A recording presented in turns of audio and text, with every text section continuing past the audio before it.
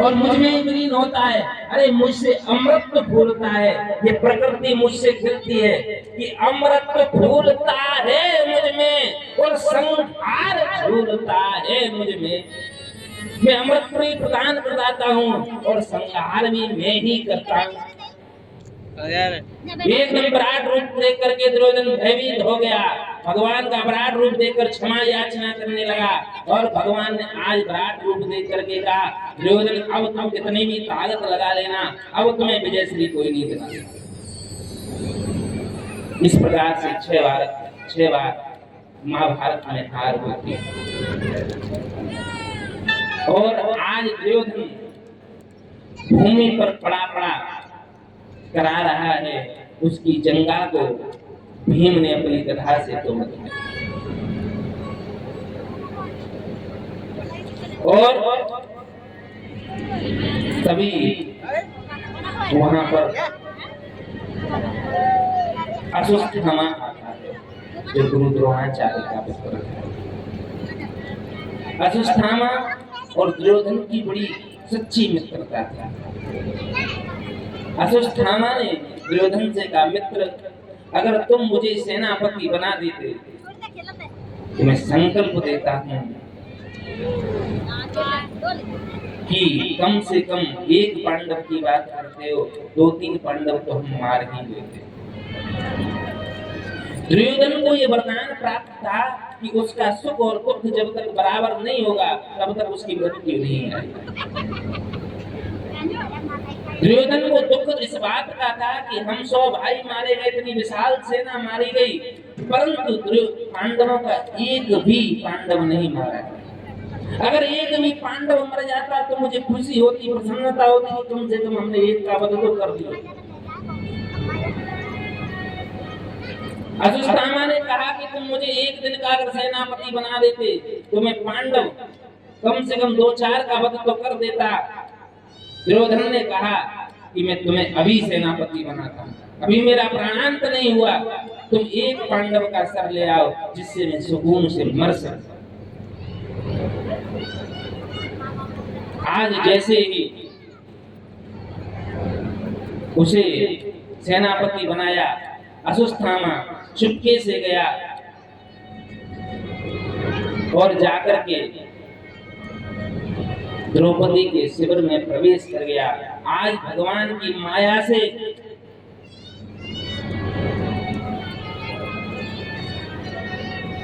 पांडवों के द्रौपदी के 5 पुत्र शिविर में लेटे थे। भगवान ने पांडवों को शिविर से खड़ा कर दिया और वो पांडवों जैसी ही शकल के थे और अश्वत्थामा उन 5 के सिर काट कर ले आया और ला करके कहा, मित्र तुम कहते थे कि एक पांडव का ले आना, अरे मैं 5 पांडवों का सर लेकर आया हूं। दुर्योधन ने कहा 5 पांडव का कि हाँ, तो मुझे भीम का सर देना। मैं भीम के सर को अपने हाथों से फोड़ना चाहता हूँ, उसकी खोपड़ी को अपने हाथों से तोड़ना चाहता हूँ। जैसे ही भीम का सर निकाल कर दिया, भीम जैसी शकल वाला जो पुत्र था उसका लिया। दुर्योधन प्रसन्न हुआ कि 5 पांडवों का वध कर दिया अश्वत्थामा ने, प्रसन्न हुआ और जैसे ही उस खोपड़ी को फोड़ा एकदम फरफोटे की तरह फूट गई, एकदम दुखी हो गया।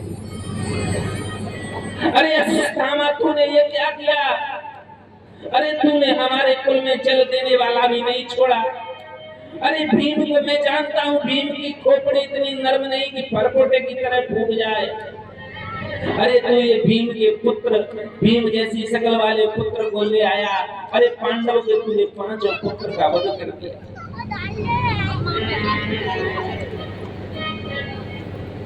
इधर द्रौपदी जैसे शिविर में गई, एकदम चीखने लगी, चिल्लाने लगी। अपने 5 पुत्रों को मृतक देखकर ऐसी संसार में कौन सी माँ है जो रुदन ना करे।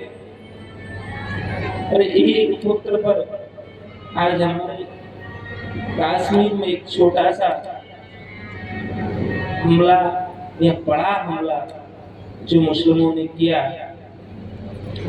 26-27 हमारे हिंदू भाई 28 उसमें जब शहीद हुए, तो उनकी घर की जो वीडियो कभी कभी न्यूज पे आती है तो नेत्र सजल हो जाते हैं। बेचारे उन निर्दोष व्यक्तियों का क्या दोष था जो आतंकवादी के शिकार हुए। वैसे ही द्रौपदी कहती है कि मेरे पुत्रों का क्या दोष था जो आज मेरे पुत्रों का वध कर दिया।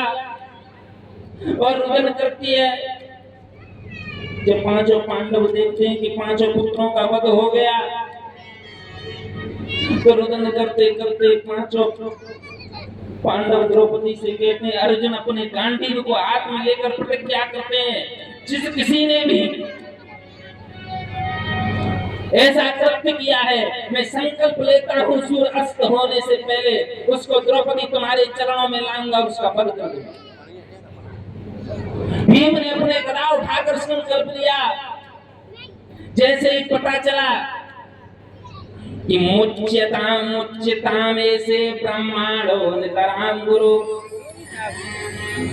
गुरुपुत्र अश्वत्थामा ने मेरे पांचों पुत्रों का वध किया है। और अर्जुन ने उसको बंदी बनाकर जैसे ही सभा में द्रौपदी के सामने लाए तो द्रौपदी कहती है कि मुच्यताम ऐसे ब्राह्मणों नितराम गुरु। हे स्वामी इसे छोड़ दो, ये गुरुपुत्र है, ये ब्राह्मण है, हमें इसका वध नहीं करना। अरे जिस गुरु ने तुम्हें सर्वश्रेष्ठ धनुर्धारी बनाया, जिस गुरु ने तुम्हें सबसे प्रिय शिष्य माना, उसके पुत्र का तुम कैसे वध कर सकते हो। धन्य है द्रौपदी जिसके 5 पुत्र मारे गए, वो अपने पुत्रों के हत्यारे को कह रही है अपने पति से कि छोड़ दो छोड़ दो छोड़ दो। और आज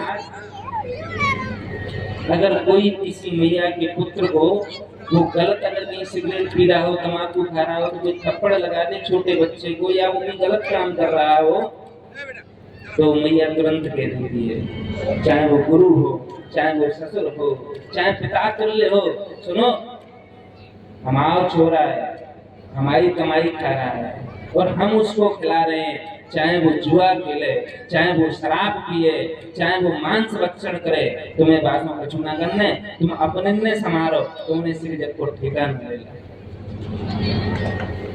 और धन्य है वो द्रौपदी जो कहती है कि 5 पुत्रों के हत्यारे को छोड़ दो इसे। अब अर्जुन कहते हैं मैंने संकल्प लिया है, मेरी संकल्प का क्या होगा। भगवान श्री कृष्ण की तरफ देखने लगे सभी लोग। युधिष्ठिर ने कहा प्रभु आप ही मार्गदर्शन कीजिए, आप ही कुछ कीजिए।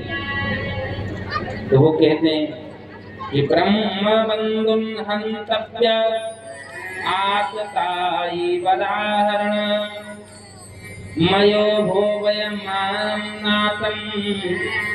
परिपाहम् अनुशासनम्।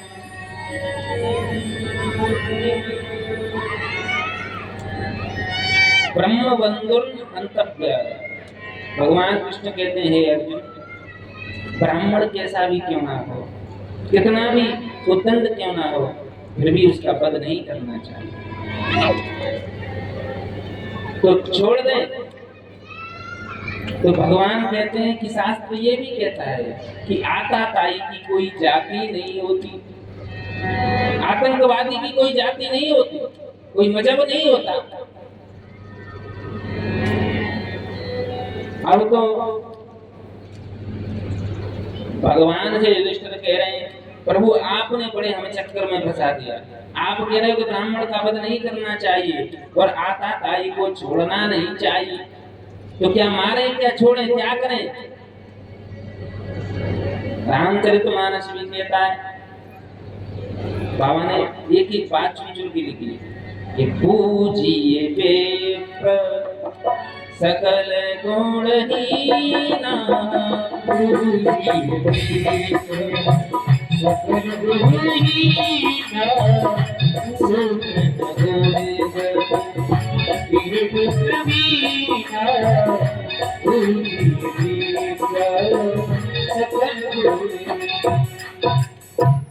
ब्राह्मण सकल गुण से हीन हो, ब्राह्मण किसे कहते हैं?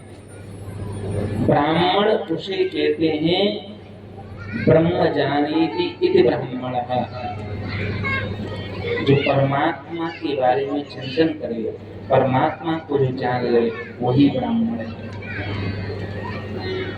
अश्वत्थामा परमात्मा को जानता था, ज्ञानी था। वो कहते हैं कि ब्राह्मण को मारना नहीं चाहिए और आताताई को छोड़ना नहीं चाहिए। तो भगवान श्री कृष्ण ने कहा कि ब्राह्मण का अपमान ही उसकी मृत्यु है। आप ब्राह्मण का अपमान कर दो, समझ लो उस ब्राह्मण की मृत्यु होगी। इसलिए ब्राह्मण का अपमान से हमेशा बचना चाहिए, ब्राह्मण का अपमान नहीं करना चाहिए। आज अश्वत्थामा की शिखा काट करके, यज्ञोपवीत उतार करके, उसके मस्तक से मणि निकाल करके उसे अपमानित करके निकाल दिया।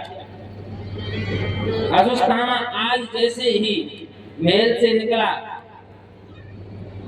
निकल करके उसे क्रोध आ गया कि मैं ये संकल्प लेता हूँ, इन पांडवों के वंश में जल देने वाला भी नहीं छोड़ूंगा। उसे पता चल गया कि उत्तरा गर्भवती है, अभिमन्यु की पत्नी, और उस गर्भ को भी मैं नष्ट कर दूंगा।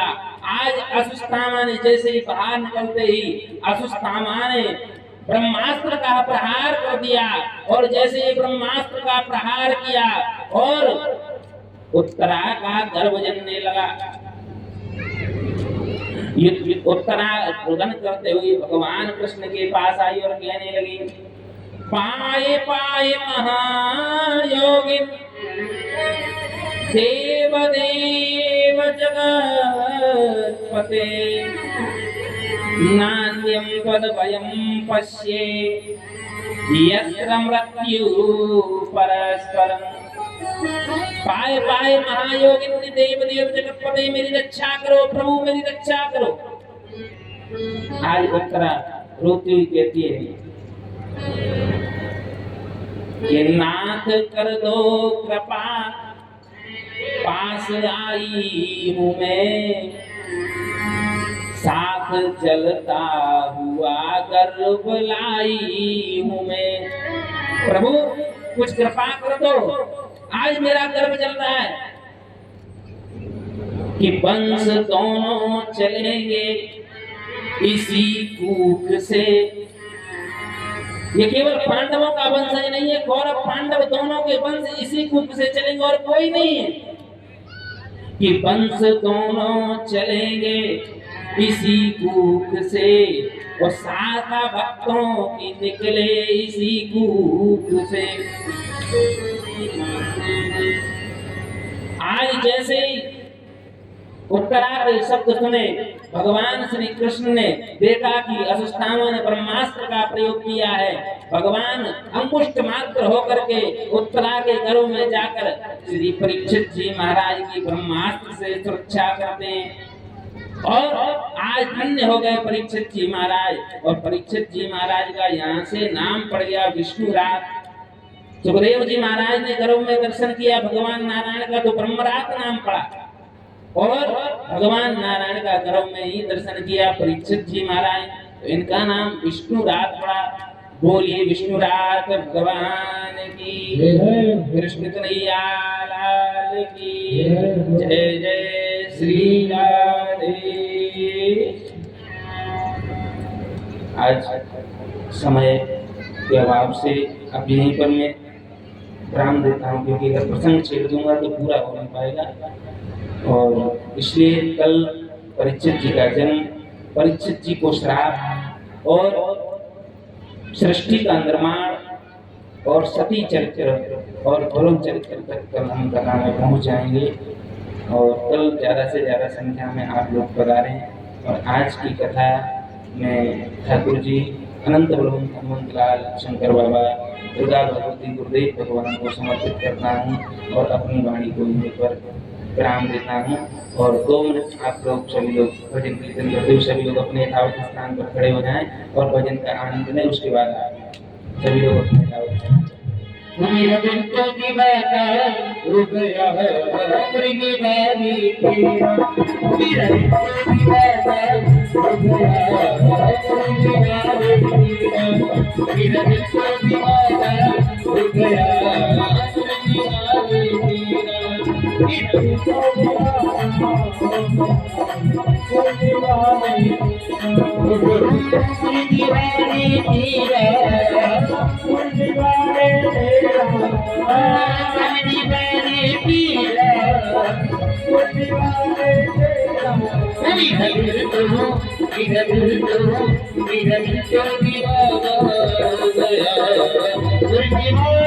दीवाना